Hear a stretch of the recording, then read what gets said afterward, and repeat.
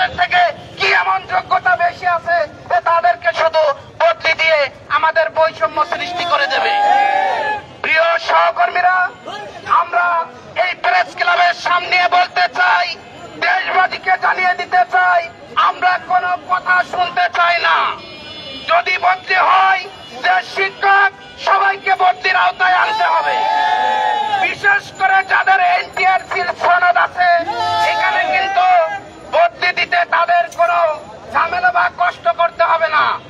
আপনারা হয়তো নিশ্চয়ই জানতে পারছেন যে আজকে সচিবালয় বেসরকারি শিক্ষকদের নীতিমালা সংশোধনের জন্য মিটিং আছে। এই মিটিং এ বেশি কিছু করা লাগবে না, শুধুমাত্র যদি সুপারিশ প্রাপ্ততা উঠে তন্ত্রটা ঠিক রেখে শুধু এনটিআরসির সনদ প্রাপ্তদের বদলির আওতায় আনা হয়, তাহলে আমাদের সকলের সমস্যা নিরসন হয়ে যাবে।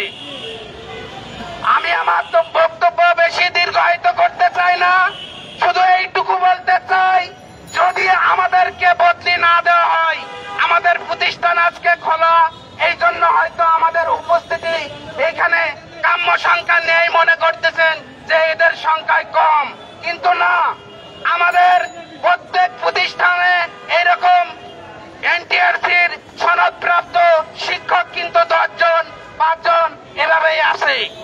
যদি আমাদের এই বদলি নীতিমালা সংশোধন পূর্বক অনতিবিলম্বে সংশোধন করে যদি এনটিআরসির সনদপ্রাপ্ত শিক্ষকদের বদলির আওতায় না নিয়ে আসা হয়, তাহলে টেকনাফ থেকে তেঁতুলিয়া, সুন্দরবন থেকে বান্দরবন প্রত্যেকটা স্কুল থেকে শিক্ষক এনে আমরা কিন্তু ঘেরোয়া কর্মসূচি দেব। প্রিয় সহকর্মীরা, আমি আমার বক্তব্য দীর্ঘায়িত করতে চাই না, আমরা কোনো সংঘাতে যেতে চাই না, আমি শুধু এটুকুই বলতে চাই, আমরা শিক্ষক, আমাদের প্রাণের দাবি, আমরা স্বতঃস্ফূর্তভাবে কাজ করব। আমাদের কাজ ছাত্র ছাত্রীদের লেখাপড়া করানো, আমরা দেশের মানুষের সেবায় নিয়োজিত আছি। আমরা একটা ছাত্রকে আমরা কিভাবে ভালো দিক উপস্থাপনে ভালো জায়গায় পৌঁছাতে হয়, সেটাই কিন্তু আমাদের দ্বারা হয়।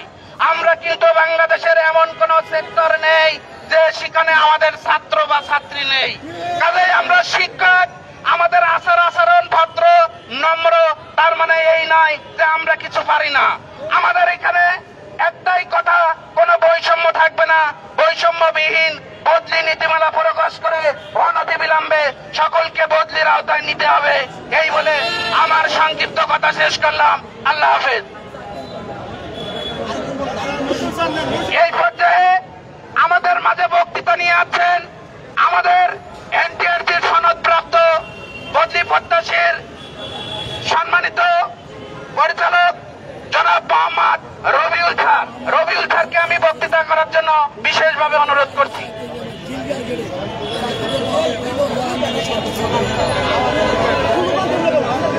বদলি চাই, বদলি চাই, বদলি চাই, বদলি চাই, আমাদের দাবি, আমাদের দাবি মানতে হবে, মানতে হবে, বদলি চাই, বদলি চাই।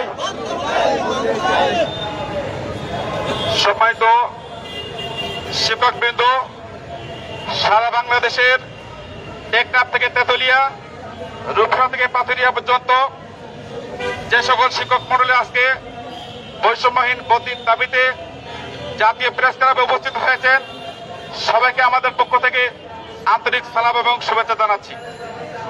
আপনারা জানেন আমাদের বদলি প্রত্যাশী শিক্ষকবৃন্দ আজকে কত কষ্টে দিনাতিপাত করছেন।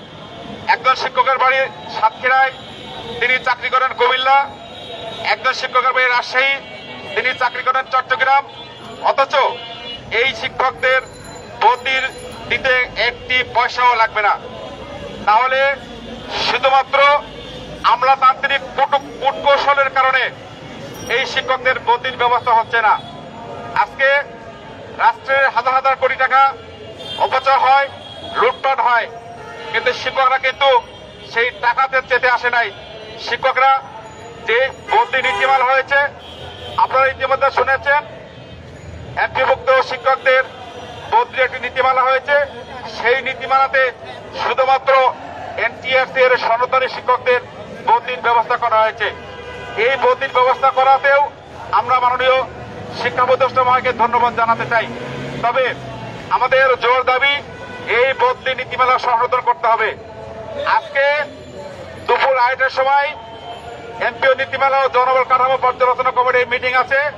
আমাদের স্পষ্ট কথা, আজকে যদি এই জনবল কাঠামো এবং এমপিও নীতিমালা পর্যালোচনা কমিটির মিটিং এ আমাদের সকলের এনটিআরসি এর সনদধারী শিক্ষকদের বদলির ব্যবস্থা করা না হয়, তাহলে এই আন্দোলন আরো কঠোর অবস্থান নেবে, আরো কঠিন আন্দোলন হবে।